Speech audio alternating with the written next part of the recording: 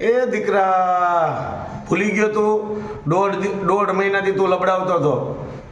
1.5 મહિનાથી તું તારા બાપાને લબડાવતો હતો અને તારા બાપા બધા પુરાવા ગોતીને બધું બેઠો છે દીકરા, બરાબર?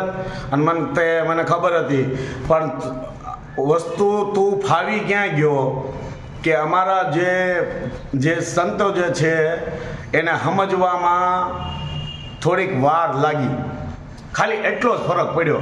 બાકી દોગલા હું તને તારું બધાને કીધું જ તું કે આ દોગલો છે ને દોગલો છે.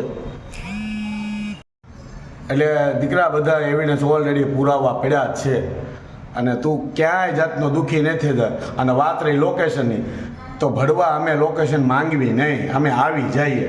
તે કીધું તું ક્યાં આવું છે, અને તું 3 પાટિયા સિવાય તને બીજું કંઈ આવડતું જ નથી. આવી તો 3 પાટિયા તારી માનો મારો પીકો. તું દીકરા અમે તમને બધાને કહેતા હતા અને કહેતા જ થા ભડવા, તારું કહેતા જ થા અમે, બરાબર? તારી પાસે જેટલા એવિડન્સ નથી ને એટલા એવિડન્સ મારા પાસે પડ્યા છે તારા.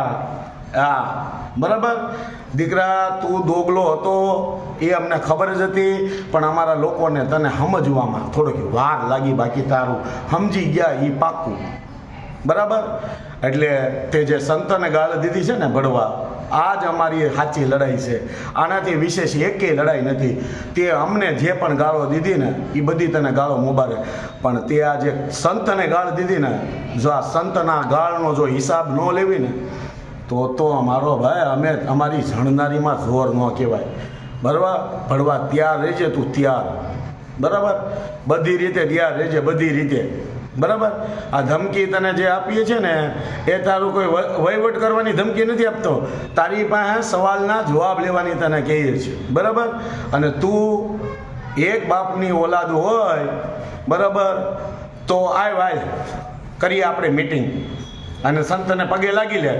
અમે ભાળવીને અમે તારા વિડીયો નથી બનાવવાના, પણ સંતના પગે લાગી લે. સંતના પગે લાગીને સંતને એમ કહી દે ને કે માફ કરી દીધો કરણભાઈ, તો માફ કરી દીધો, બાકી તને મૂકવાનો નથી થતો.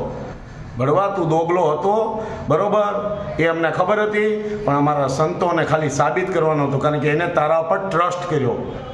તું ભડવો હતો ને એને ખબર નહોતી, પણ ભડવો સાબિત થાય ત્યારે ખબર પડે ને. કારણ કે છે ને કરણ સાથળિયાને ફસાવવો અને કરણ સાથળિયાને વસ્તુ કરવી ને એ તારા જેવા કેટલાય આવીને વિયાઈ ગયા.